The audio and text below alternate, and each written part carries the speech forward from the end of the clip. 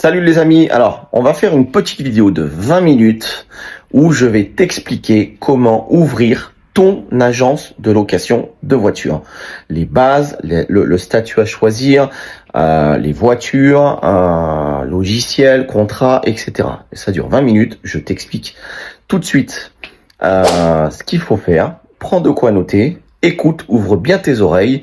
Et si tu as des commentaires, tu me les notes en dessous dans les coms et je répondrai à tous les commentaires, les questions, etc. Allez, c'est parti, on démarre. Bienvenue dans cette nouvelle vidéo. Aujourd'hui, nous allons parler plus du business de l'automobile, plus que des anecdotes qui nous est arrivées dans notre domaine de la location ou de l'achat-revente.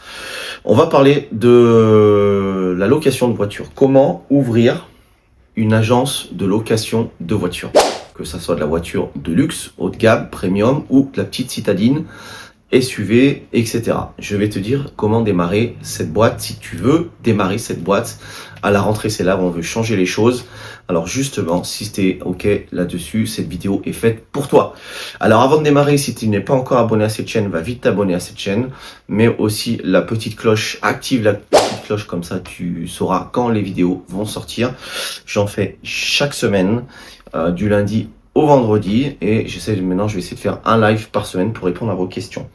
Alors si toi par contre tu veux être accompagné dans ce domaine-là sur ouvrir une agence de location de voitures de luxe ou ouvrir un garage d'achat revente de véhicules d'occasion, que tu peux démarrer d'ailleurs à temps partiel en plus de ton CDI pour faire des compléments de revenus, et ben on peut t'accompagner. Soit tu le fais seul. Voilà, tu peux le faire très bien seul. Après, tu vas sûrement faire des erreurs qui peuvent te coûter de l'argent. L'avantage, c'est qu'avec notre accompagnement, donc c'est l'expérience, toute notre expérience qu'on a mis et qu'on a condensé dans 2 e-books. Un e-book sur l'agence, sur comment ouvrir une agence de location de voiture, et un autre e-book sur comment ouvrir ton garage d'achat-revente de véhicules d'occasion. Tu peux démarrer à temps partiel ou l'un ou l'autre, et je t'explique dans ces e-books comment faire, tous les process, tout ce qui est administratif, juridique, imposition, les contrats qu'il faut avoir, les contrats qu'il faut faire avec les clients, les conditions générales de vente, les logiciels avec lesquels on travaille, les problèmes qu'on peut rencontrer, comment on les résout. Voilà, vous avez tout ce qui est nécessaire pour démarrer, de savoir dans quelle direction il faut aller dans ces e-books. Pour seulement 47 €, tu reçois les 2 e-books. Après, à toi de choisir si tu veux faire les 2 en même temps, comme nous on fait depuis des années, ou un domaine d'activité qui est privilégié par toi, soit l'achat-revente, soit la location de voiture. Voilà. Si tu es intéressé par ces e-books, tu les reçois immédiatement une fois que tu as payé les 47 €. Tu auras la description dans cette vidéo ou alors dans ma bio. Il y a un lien, tu cliques dessus et tu suis les étapes. Voilà, on va passer directement au sujet qui vous intéresse. Comment faire pour ouvrir une agence de location de voitures aujourd'hui? Voilà, j'ai envie de me lancer. J'ai envie d'ouvrir une agence de loc. Comment il faut que je fasse? Qu'est-ce qu'il faut que je fasse pour démarrer, pour ouvrir cette agence? Là, je suis en CDI, j'ai donné ma démission ou j'ai demandé une rupture conventionnelle qui était acceptée. Donc maintenant, je me projette sur ce que je veux faire après. Voilà. Et là, j'ai décidé de devenir entrepreneur, de démarrer mon agence de location de voitures. Alors, soit de la citadine, soit de la voiture de luxe. Ça reste les mêmes process, c'est juste la voiture qui change. Mais comment faut que je fasse pour démarrer? Alors, je t'explique. Prends bien de quoi noter et je vais te dire exactement ce qu'il faut faire. Avant tout, il faut prendre la décision. Voilà, tout simplement. Une fois que tu as pris cette décision, il va falloir ouvrir ta société. Tu ne peux pas démarrer en tant que particulier pour ouvrir une agence de location. C'est impossible. Voilà, c'est juridiquement parlant, c'est compliqué. Les assurances, tu vas galérer pour en trouver en tant que particulier si tu veux louer ton véhicule à un particulier, parce qu'il faut un minimum de flotte, un minimum de capital social. Et si toi t'as pas d'entreprise, t'as pas de capital social, t'es en nom propre, ça marche pas. Donc quelle entreprise il faut que j'ouvre? Alors, si tu es seul, moi je te conseille d'ouvrir une SASU. Juridiquement parlant, fiscalement parlant, c'est la meilleure option. On peut ouvrir une ERL également, mais l'avantage de la SASU, elle est quand même là. Je l'explique dans le e-book justement. Pourquoi la SASU? Ça, c'est si tu es seul. Tu peux prendre des associés comme moi j'ai fait quand j'ai démarré. On était 2 quand on a démarré et donc on est passé en SASU, en SAS. SAS, c'est la même chose que SASU, sauf que tu peux être à plusieurs dedans.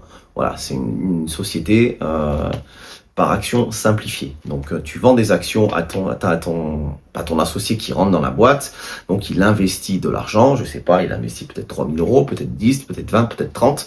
Toi pareil, 30-30 et vous êtes à 50-50 dans la société. Voilà, et vous avez 60 000 euros de capital.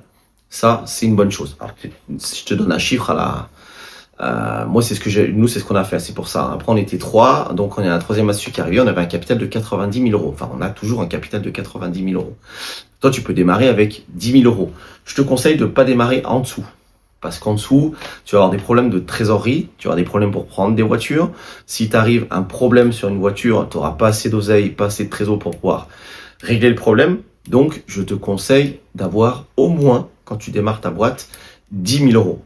Alors, l'avantage, c'est d'avoir 10 000 euros que tu as, toi, économisé avec le temps, ou après, tu peux voir avec des gens de ta famille, des amis, des machins qui peuvent te prêter cet argent pour pouvoir démarrer. Tu le rends petit à petit, ou tu les fais rentrer dans la boîte avec un pourcentage minime d'actions dans ta boîte. Donc, ils auront qu'un certain nombre, ils rentrent dans ta boîte, ils auront 10% de ta boîte. Voilà, comme ça évite peut-être de les rembourser. Et à la fin de l'année, si tu fais des dividendes, bah tu gardes 90% des dividendes pour toi et 10% tu lui reverses. Il sera content et toi, tu n'auras pas d'argent à lui rendre et il t'a bien aidé pour démarrer ta boîte. Ou alors, tu peux faire un prêt si tu peux encore faire des prêts. 10 000 euros. Moi, j'ai un de mes associés qui a fait un prêt de 30 000 et qui a amené ses 30 000 comme ça et qui a remboursé tous les mois. Et voilà, tout simplement. Il y a différentes manières à toi de choisir la meilleure pour toi. Mais il faut un minimum de capital. Tu ne peux pas démarrer une boîte avec 0 euros ou avec 1000 euros comme certains me disent. Ça n'existe pas. Ou utiliser les voitures des autres pour les louer. Ça n'existe pas. Il y en a qui le font, mais ils sont dans l'illégalité totale. Ça ne marche pas comme ça. Ça ne marche pas comme ça. Alors, donc tu crées ta société, une SASU ou une SAS. On va dire que vous démarrez, vous êtes à deux potes, vous démarrez SASU, SAS, vous mettez chacun 20 000 euros. Ça fait 40 000 euros de capital, c'est très bien. Tu démarres ta boîte, tu l'enregistres. Il faut savoir qu'il faut à peu près 3 semaines, 1 mois pour enregistrer votre société. Enfin, ça va très vite l'enregistrement, mais c'est les délais pour recevoir le cabis qui est assez long en France, tout simplement. Alors, tu peux le faire soit toi-même, ça te coûtera moins cher, soit passer par un expert comptable, ce que je te conseille, puisque lui, il pourra remplir et faire toutes les demandes nécessaires correctement. Il n'y aura pas un document oublié qui vont te dire, il faut me renvoyer ce document, tu vas perdre encore 15 jours, et ta boîte, elle n'est pas encore prête à démarrer. Donc, je te demande de te rapprocher d'un expert comptable. Et de toute façon, tu seras obligé d'avoir un expert comptable dans ta boîte. Ça, c'est obligatoire. Voilà. Donc, une fois que ta boîte est créée, que tu as reçu ton cabis, tu as le nom de ta société, toi, tu es le président ou directeur général. Si vous êtes deux, il y en a un qui sera président, l'autre directeur général. Et là, tu commences.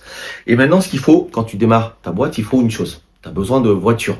Sans voiture, tu vas louer quoi? T'as pas de produit à louer, donc c'est compliqué. Tu ouvres une boîte, ok, elle est là, mais comment tu vas travailler? Il te faut des produits. Le produit, toi, ça va être les voitures. Alors, soit tu pars sur de la voiture citadine, donc dans ces cas-là, soit tu achètes directement des voitures citadines, ce qui est moins cher que les véhicules sportifs, hein, tu peux même les prendre d'occasion. Alors, voiture citadine, qu'est-ce que j'entends par là? Les petites Renault Clio, les petites Renault Arcana, les petites Peugeot 208, 3008 même, 2008, les petites Polo, les petites Golf, diesel. Alors, je te conseille de prendre quasiment que de l'automatique, c'est ce qui se loue le mieux. Il y a très peu de boîtes méca aujourd'hui en location. Il y en a encore, hein, bien évidemment, mais il y en a de moins en moins. Aujourd'hui, les gens ont passé, même les jeunes, des permis automatiques. Parce qu'avant, moi, à mon époque, ça n'existait pas, c'était permis tout court, c'était boîte manu et boîte auto, c'était des options. Mais aujourd'hui, non, c'est la norme, c'est la boîte auto, donc je te conseille de prendre des boîtes automatiques. Donc, prends ces véhicules-là, donc soit tu les achètes, soit tu fais des crédits pour les acheter via ta boîte. Après, il faut faire un business plan, faut aller voir ton banquier, il faut bien t'entendre avec ton banquier, parce qu'ils financent très peu quand c'est une société très jeune, hein, qui vient surtout d'être créée, c'est compliqué. Donc, ou alors, faut trouver un fournisseur qui a des véhicules comme ça et qui les loue aux professionnels. Ça, c'est aussi possible. Alors moi, je connais pas ces fournisseurs puisque je fais pas de petites citadines, mais ça existe. Il faut juste faire un peu de recherche et j'explique un petit peu dans l'ebook comment on peut faire les recherches sur ces petites citadines. Une fois que tu as tes voitures, que ça soit de la citadine ou de la sportive, alors la sportive, je connais un peu mieux puisque moi j'ai des fournisseurs et je n'ai acheté aucun véhicule. J'ai mes véhicules que j'ai louent à des fournisseurs et j'ai des contrats qui vont de 3 à 6 mois par véhicule. Ça me permet de changer régulièrement des véhicules. Ça me permet de pas faire les maintenances des véhicules. Donc, je fais des économies. Alors, forcément, c'est un peu plus cher que si toi, tu l'achetais. Mais tu as quand même moins de risques. Si au bout de 3 mois, la voiture se loue pas, tu la rends, c'est terminé. Si toi, tu l'achètes, bah, faut la revendre. Si tu fais un crédit, bah, il faut après rembourser le crédit. Enfin, c'est un peu plus compliqué si elle fonctionne pas. Donc, c'est pour ça que dans les voitures de luxe et les voitures haut de gamme, on passe souvent par des fournisseurs.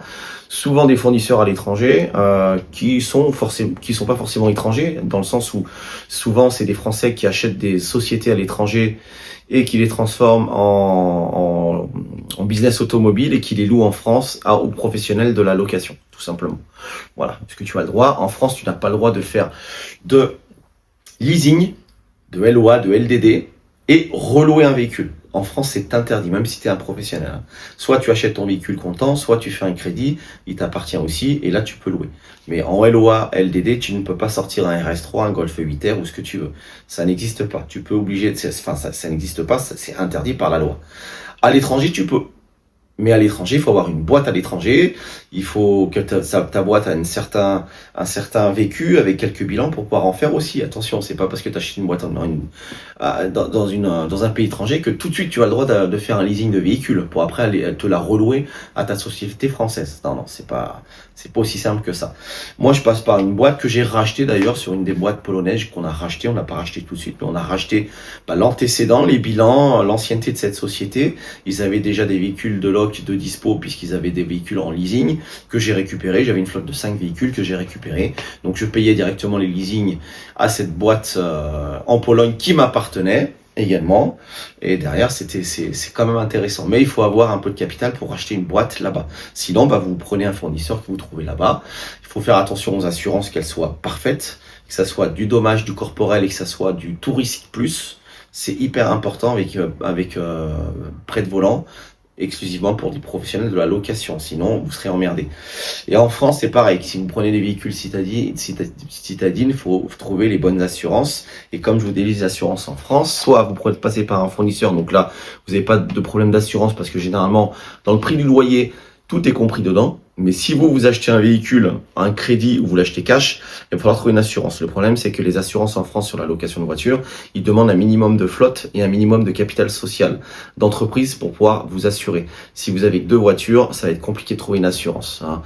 Si vous avez 2 voitures qui vous appartient à vous et vous êtes propriétaire. Attention, pas que vous êtes passé par un fournisseur. Là, voilà, il n'y a pas de souci d'assurance. Mais dans ce cas contraire, il va falloir avoir un stock de véhicules plus important que 2 véhicules. Généralement, c'est au moins minimum 5 véhicules, voire certaines assurances en demandent plus. Et généralement, c'est un capital social de minimum 50 000 € avant de pouvoir trouver une assurance qui dit oui. Ils sont frileuses, forcément, il y a beaucoup plus de dégâts, beaucoup plus de casses, beaucoup plus de personnes qui conduisent ce même véhicule et qui s'en foutent parce que c'est pas son véhicule. Donc, ils en font moins attention et derrière, qui c'est qui paye les pots cassés, ça sera aussi l'assurance. Donc eux, ils sont frileuses, donc ils se bordent, ils font attention à tout et ils font des tarifs très forts aussi, justement. Mais si tout est en ordre, ils vous assureront les véhicules, il n'y a pas de problème. Voilà, une fois que vous avez vos véhicules, il vous faut soit vous le faites au début si vous n'avez pas beaucoup d'argent de chez vous, soit vous trouvez un local. Je vous conseille de trouver un local, c'est mieux. Aujourd'hui, il y a des locaux qui sont pas très chers. Pour ma part, moi, le mien, il fait 200 mètres carrés. Je paye 1200 balles, 1250 € TTC, donc c'est pas cher. Je suis bien placé dans une zone industrielle. Après, il faut faire un peu de recherche pour trouver ce local. Forcément, ça tombera pas devant votre porte comme ça, mais ça se trouve. Et ça fait plus pro. Les gens viennent à un endroit précis. Ils voient que vous avez vos bureaux, vos voitures. Voilà, ils savent où vous trouver. C'est beaucoup plus rassurant pour le client que d'aller livrer une voiture à un client chez lui. Bon, il y en a qui aiment bien, ou sur un parking de centre commercial ou ailleurs. Donc ça fait pas très pro. Voilà. Donc l'avantage c'est d'avoir un local, ça fait pro. Donc je vous conseille d'avoir un petit local au démarrage. Ou un petit bureau, même un petit bureau. Voilà, même si vous n'avez pas de local, un petit bureau de 20-25 mètres carrés et devant vous avez vos véhicules et les gens viennent. Voilà, ça coûte pas cher. Je pense que pour moi c'est la bonne chose à faire. Après vous pouvez démarrer votre agence quand même sans local les premiers mois, le temps d'en trouver un et après voilà, vous avancez. Ça vous pouvez le faire aussi. Ça marche aussi, voilà.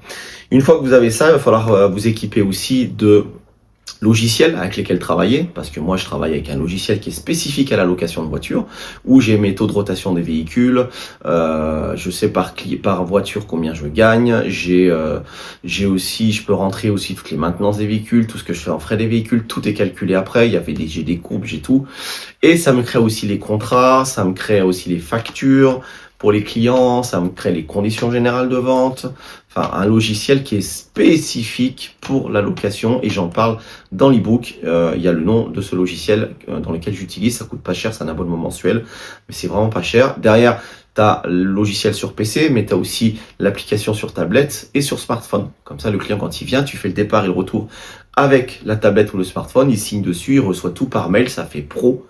C'est mieux qu'un bout de papier sur un capot. Hein, voilà, donc tout est digitalisé chez nous, et donc c'est ce qu'il va falloir que tu fasses, et que tu t'équipes d'un PC et que tu prennes en charge ce logiciel pour que tu sois vraiment pro. Je te conseille aussi d'utiliser un tableau Excel pour suivre toute ton évolution et toute ta compta. Même si tu prends un expert comptable, c'est toujours bien toi aussi de savoir où tu en es dans tes comptes et dans ta trésor. C'est hyper important. Voilà. Une fois que tu as ça, tu peux démarrer, tu as ton logiciel, tu as tes voitures, ton assurance, ton local, ta société est immatriculée, tu peux te lancer. Et là, il va falloir faire de la pub, de dire aux gens, voilà, je suis là, je loue des voitures, qui est intéressé. L'avantage des fiches citadines, c'est que beaucoup de gens n'ont pas beaucoup d'argent, sont en fichier Banque de France, n'ont pas forcément une CB classique. Ils ont des CB Visa Electron qui interrogent leur banque à chaque fois qu'ils font une dépense. Généralement, ils peuvent pas faire d'empreinte de caution. C'est très rare. Donc, ils sont pénalisés, ils peuvent pas louer de voiture. Parce qu'aujourd'hui, toutes les agences de loc louent qu'avec des CB. Tu peux payer à la rigueur en cash ta location, mais la caution se fait uniquement par CB, que tu ailles chez Leclerc Location, Carrefour Location, Avis, Europcar, Hertz, Sixt, c'est que par CB. Donc tu vas te démarquer grâce à ça au final. Tous les gens qui ont peut-être un peu d'argent, mais qui sont fichés Banque de France parce qu'ils ont eu des retards sur quelques crédits, ça peut arriver, et derrière la société de crédit te dit, bah, écoute, voilà, maintenant tu nous dois la totalité, tant que tu ne dois pas la totalité, tu restes fiché Banque de France. Et pourtant le mec, voilà, il a passé le gros cap, mais il peut pas sortir 10 000 € pour solder. Donc, il va rester fiché Banque de France pendant 3, 4, 5 ans. Et il a peut-être l'oseille quand même pour louer quelques voitures des citadines. Et dans ces cas-là, toi, tu pourras prendre des cautions, mais tu peux prendre les cautions par virement bancaire.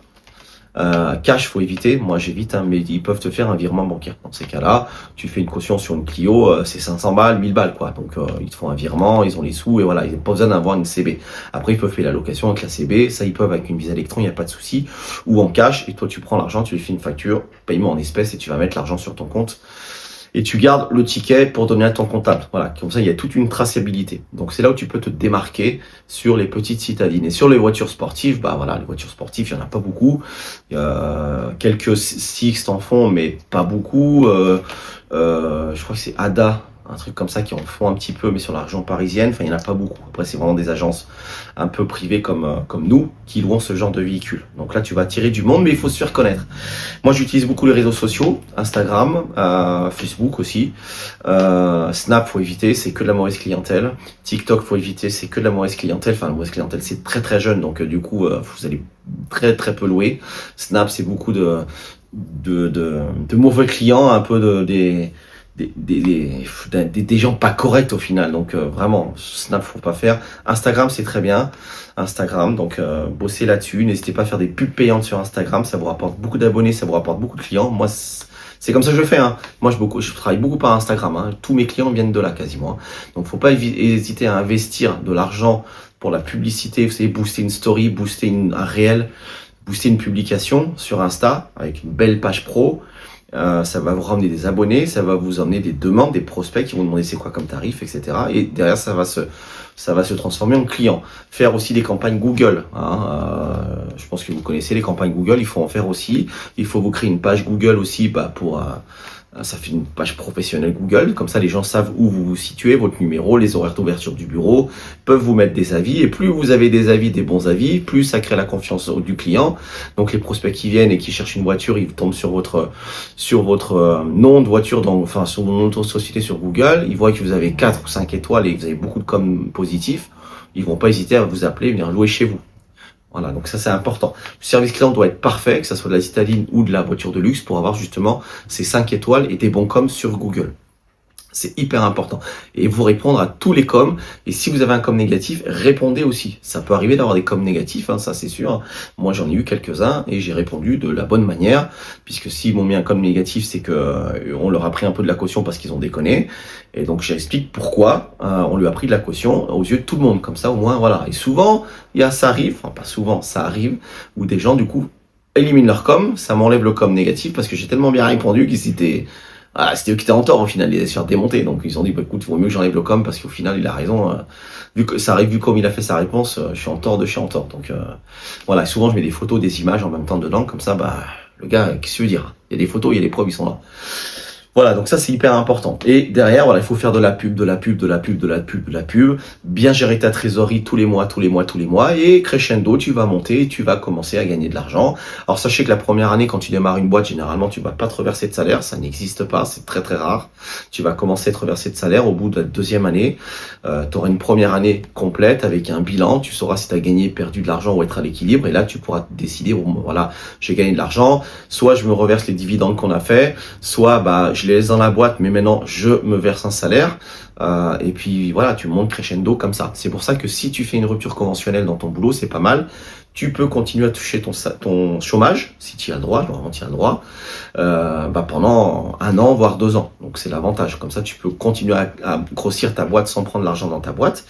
Et une fois que tu arrives en fin de chômage, bah, tu te rémunères. Donc ça c'est bien. Comme ça, tu continues à vivre correctement, t'as ton chômage, t'as ta boîte à côté, et après tu peux faire passer beaucoup de frais dans ta boîte aussi, hein. L'essence, l'autoroute, le payage, les capsules de café, les machins que tu dois acheter. Tu fais tout passer dans ta boîte, c'est quand même intéressant. Pas bien tout, non, mais certaines choses. Voilà. Voilà un peu comment ouvrir son agence de location de voitures, que ce soit de voitures de prestige, de premium, de luxe ou voiture citadine. Tu peux démarrer à temps partiel, mais je te le déconseille quand même. Je préfère que tu fasses ça à temps complet. C'est quand même beaucoup de travail quand tu ouvres une boîte, que tu démarres de zéro. Tu peux démarrer une boîte à temps partiel, mais plutôt dans l'achat-revente de véhicules. T'as pas besoin de local tout de suite. Tu peux démarrer en tant que particulier avec un certain nombre de cartes grises à l'année que tu peux faire, donc c'est l'avantage aussi. Et il y a moins d'investissement, de gros investissements à faire au départ. Donc tu peux démarrer à temps partiel, plutôt l'achat-revente. Je ferai une vidéo cette semaine sur l'achat-revente, comment on démarre. Là, c'était sur comment on ouvre une agence de location de voitures, et j'en ferai une, comment on ouvre un garage d'achat-revente de véhicules d'occasion. Voilà. Si tu as des questions, n'hésite pas dans les commentaires en dessous à me les poser. Je suis aussi sur Instagram, donc je mettrai mon Instagram ici. N'hésite pas à m'ajouter, je mets pas mal de vidéos, de photos des coulisses des deux business et aussi un peu de lifestyle, des véhicules qu'on peut voir, qu'on peut essayer. C'est sympa, donc tu peux m'ajouter sur Instagram. Et je rappelle, le e-book est toujours dispo à 47 € et vous avez les deux. Et là, tu auras tout ce que je viens de te dire dedans et bien sûr beaucoup plus que ça. Voilà, si tu as aimé cette vidéo, mets ton pouce en l'air et n'hésite pas à venir t'abonner et à mettre en place la notification avec la petite cloche pour ne pas louper mes prochaines vidéos. Voilà, sur ce, j'attends vos questions et vos coms dans les coms et je vous dis à